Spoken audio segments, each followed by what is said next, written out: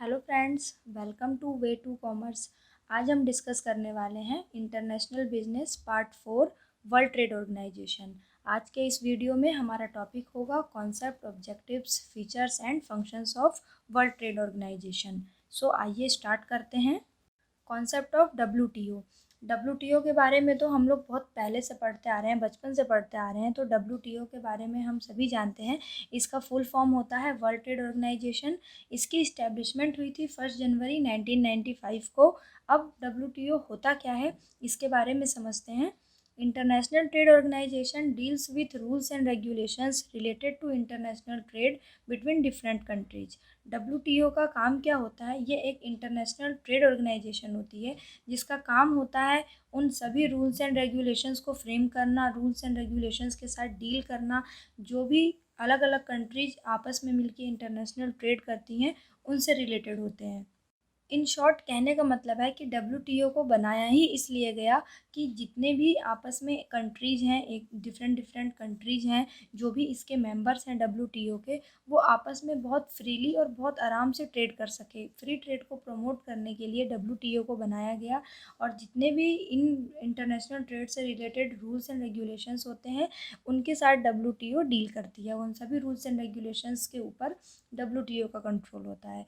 तो इसका main objective ही होता है कि मल्टीलेटरल ट्रेड को ये प्रमोट करे। मल्टीलेटरल ट्रेड मीन्स हो गया जितने भी आपस में सभी देश मिलके जो भी ट्रेड करते हैं उसको ज़्यादा से ज़्यादा प्रमोट करे, और जितनी भी इनके रास्ते में आने वाली जो भी बैरियर्स हैं, जो भी प्रॉब्लम्स हैं, उनको डब्ल्यूटीओ रिमूव करे। Next topic is objectives of WTO.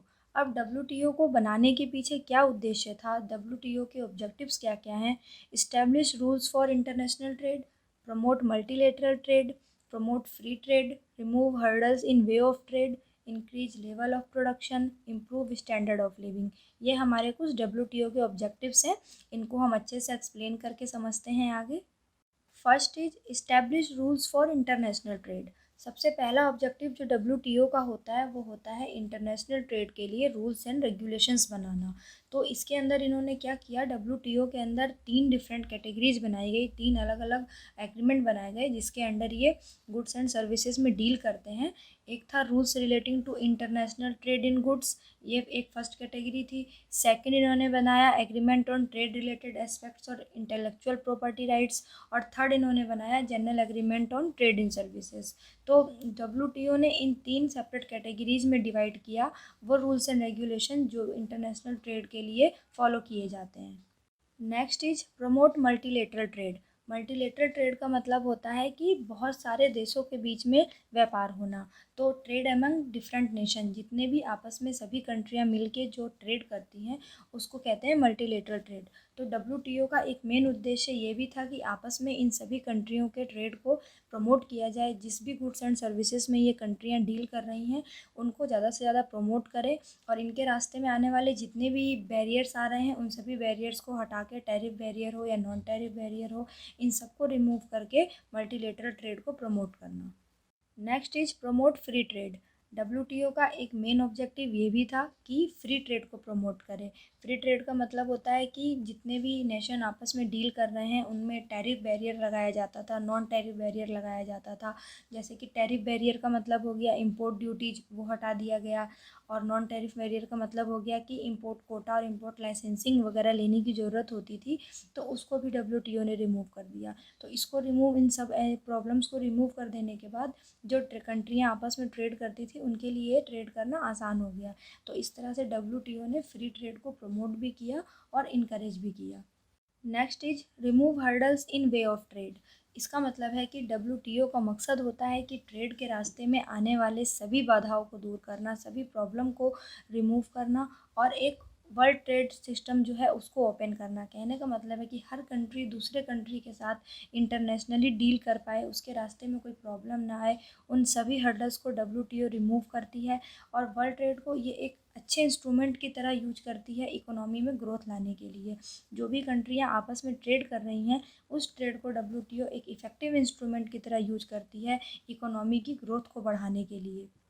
तो इस तरह से डब्ल्यूटीओ का एक ऑब्जेक्टिव ये भी था कि व्यापार के रास्ते में आने वाली जितनी भी समस्याएं हैं उन सभी समस्याओं को ख़त्म करना। Next is increase level of production. WTO के ऑब्जेक्टिव में ये भी आता है कि जो भी कंट्री का प्रोडक्शन है, जो भी कंट्री की प्रोडक्टिविटी है, उसको इंक्रीज करना। उसको इंक्रीज क्यों करना? क्योंकि जब प्रोडक्शन और प्रोडक्टिविटी इंक्रीज होगी तो ऑटोमेटिकली हमारी जो कंट्री है, हमारा जो वर्ल्ड है, वहाँ पे एम्प्लॉयमेंट जनरेट होगा। तो इससे 3 फ़ायदे होते हैं, प्रोडक्शन इंक्रीज हो रहा है, प्रोडक्टिविटी इंक्रीज हो रही है और हमारे पास एम्प्लॉयमेंट की अपॉर्चुनिटीज़ बढ़ रही है। तो एक उद्देश्य डब्ल्यूटीओ का ये भी होता है, जो प्रोडक्शन का लेवल है उसको बढ़ाना। Next is improve standard of living. Obvious सी बात है कि जब डब्ल्यूटीओ हमारी कंट्री में एम्प्लॉयमेंट अपॉर्चुनिटीज़ लेके आ रही है, लोगों को रोज़गार के मौके मिल रहे हैं, काम करने के मौके मिल रहे हैं, तो जो लोग हैं हमारे देश के वो ज़्यादा से ज़्यादा अच्छी इनकम अर्न करेंगे। अच्छी इनकम अर्न करेंगे तो उनका स्टैंडर्ड ऑफ लिविंग जो है वो काफ़ी अच्छा हो जाएगा। तो इससे क्या होगा, एक दूसरे के ऊपर डिपेंडेंसी जो है वो थोड़ी सी कम होने लगेगी, स्टैंडर्ड ऑफ लिविंग इंक्रीज होने लगेगा एम्प्लॉयमेंट होने की वजह से। तो डब्ल्यूटीओ का ये भी एक ऑब्जेक्टिव होता है कि जो भी अलग अलग नेशंस में रहने वाले लोग हैं उनके स्टैंडर्ड ऑफ लिविंग को अच्छा बनाना। Next topic is features of WTO. अभी हमने डब्ल्यूटीओ के ऑब्जेक्टिव समझा कि डब्ल्यूटीओ के उद्देश्य क्या हैं।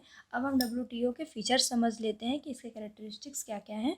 Promote multilateral trade, fixed rules and regulations, replaced GATT, promote free trade, equal voting rights. ये हमारे कुछ डब्ल्यूटीओ के फीचर्स हैं, इनको एक एक करके समझते हैं।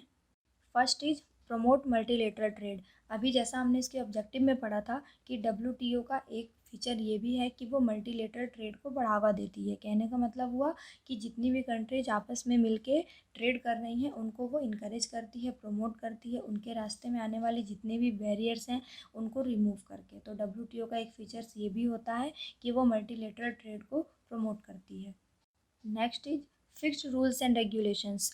अभी हमने ऑब्जेक्टिव में पढ़ा था कि डब्ल्यूटीओ जो है वो सभी जितनी भी कंट्रियां इसके अंदर आती हैं, जो भी इसके मेंबर नेशन हैं, उनके लिए रूल्स एंड रेगुलेशन फिक्स करती है कि कैसे उनको इंटरनेशनली ट्रेड करना है। तो इसके लिए उन्होंने क्या किया था, 3 कैटेगरीज में 3 एग्रीमेंट इन्होंने बनाए थे। फर्स्ट कैटेगरी में rules relating to international trade in goods था। सेकेंड कैटेगरी इनकी थी agreement on trade related aspect और इंटेलेक्चुअल प्रॉपर्टी राइट।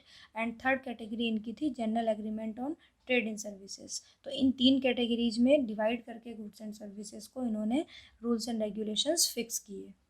और जो भी ये रूल्स एंड रेगुलेशन होते हैं ये डिज़ाइन किए जाते हैं, इनके ही जो मेंबर नेशन होते हैं उनके द्वारा डिज़ाइन किए जाते हैं और वो सभी आपस में आके इस पे सहमत होते हैं, तभी इसको जो है पास किया जाता है। Next is replaced GATT. WTO के आने से पहले गेट था, general agreement on trade in tariffs.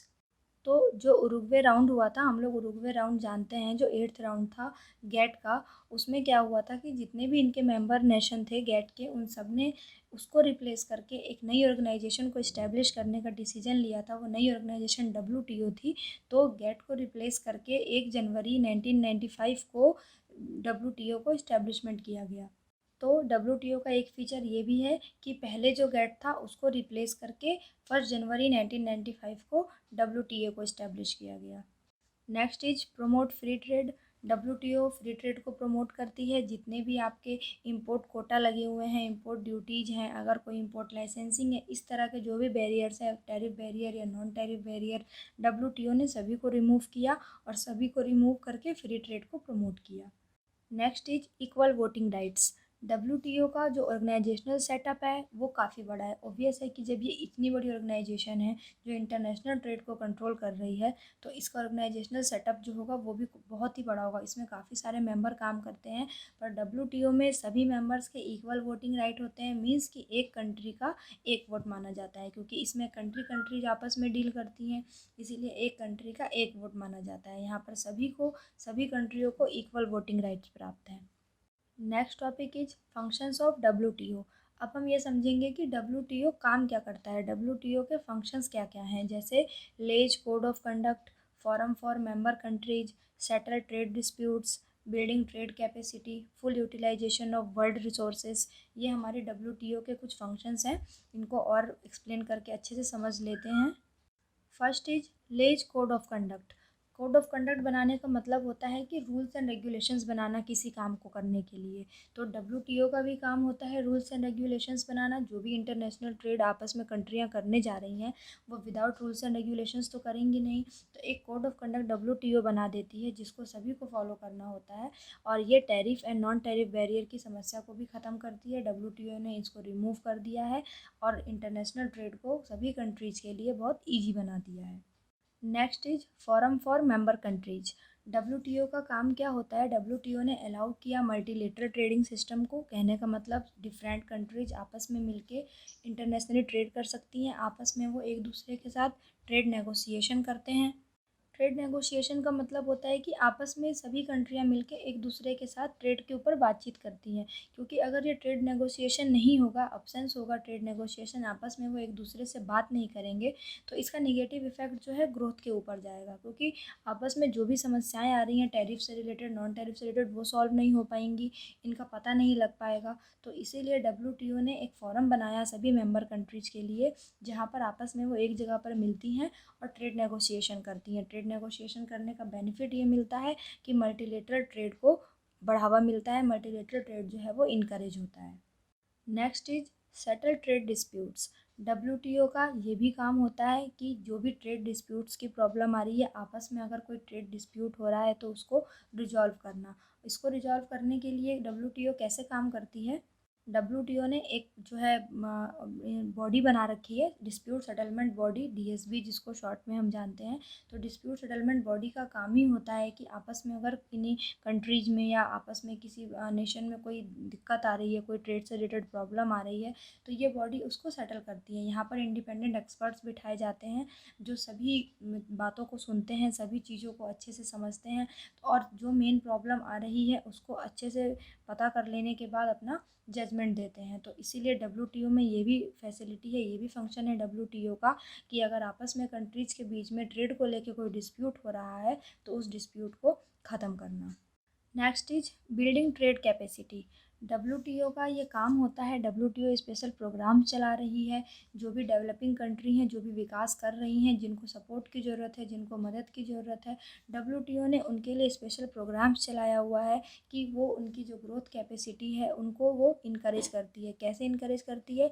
कि जो डेवलपिंग कंट्रीज़ हैं उनको प्रमोट करती है कि वो जो मोर डेवलप्ड कंट्रीज़ हैं उनके साथ वो ट्रेड में पार्टिसिपेट करते हैं। डेवलपिंग कंट्री के लिए ये फ्री ट्रेड पॉसिबल करती है। तो जब आपस में ये एक दूसरे के साथ पार्टिसिपेट करते हैं तो इनके पास भी नॉलेज होती है, इनकी कैपेसिटी होती है और ज़्यादा अपने ट्रेड को इंक्रीज करने की। और डब्ल्यूटीओ एक फंक्शन और करती है कि जो लो डेवलप्ड कंट्रियां हैं, जिनका अभी विकास का स्तर बहुत ही ज़्यादा नीचे है, तो और वो फाइनेंस से भी थोड़ी सी कमज़ोर है, उनके पास इतना अच्छा से फाइनेंस भी अवेलेबल नहीं है, तो डब्ल्यूटीओ उनको कुछ एग्रीमेंट्स में कंसेशन दे देती है ताकि वो ईजिली दूसरी कंट्री के साथ जो है वो फ्री ट्रेड कर सके। तो इस तरह से डब्ल्यूटीओ लो डेवलपिंग कंट्री के लिए और जो अभी डेवलप हो रही हैं उन कंट्रीज़ को बहुत ज़्यादा सपोर्ट प्रोवाइड करती है और उनकी ट्रेड कैपेसिटी को बहुत स्ट्रॉन्ग बनाती है। Next is full utilisation of world resources. जो भी रिसोर्सेज कंट्री यूज करती है अपना प्रोडक्शन करने के लिए, तो डब्ल्यूटीओ क्या है, उन वर्ल्ड रिसोर्सेज को पूरा फुली यूटिलाइज करती है। स्पेशल प्रोविजंस हैं ये डब्ल्यूटीओ के पास, जो लिस्ट डेवलप्ड कंट्रीज हैं उनके लिए स्पेशल प्रोविजंस अवेलेबल हैं। ये ट्रेडिंग के लिए अपॉर्चुनिटी प्रोवाइड करती है, एम्प्लॉयमेंट के लिए अपॉर्चुनिटी प्रोवाइड करती है, लो डेवलपिंग कंट्रीज को इंफ्रास्ट्रक्चर अच्छा बनाने के लिए, मजबूत करने के लिए जो है रिसोर्सेज प्रोवाइड करती है। तो इस तरह से डब्ल्यूटीओ का ये काम भी है कि जो वर्ल्ड का रिसोर्सेज है उनको पूरा फुली यूटिलाइज करना। Thank you for watching my video. अगर आपको ये वीडियो पसंद आया तो इसे ज़रूर लाइक करें, ज़्यादा से ज़्यादा अपने दोस्तों के साथ इसे शेयर करें और आने वाले टॉपिक्स के अपडेट्स के लिए हमारे चैनल को सब्सक्राइब करें।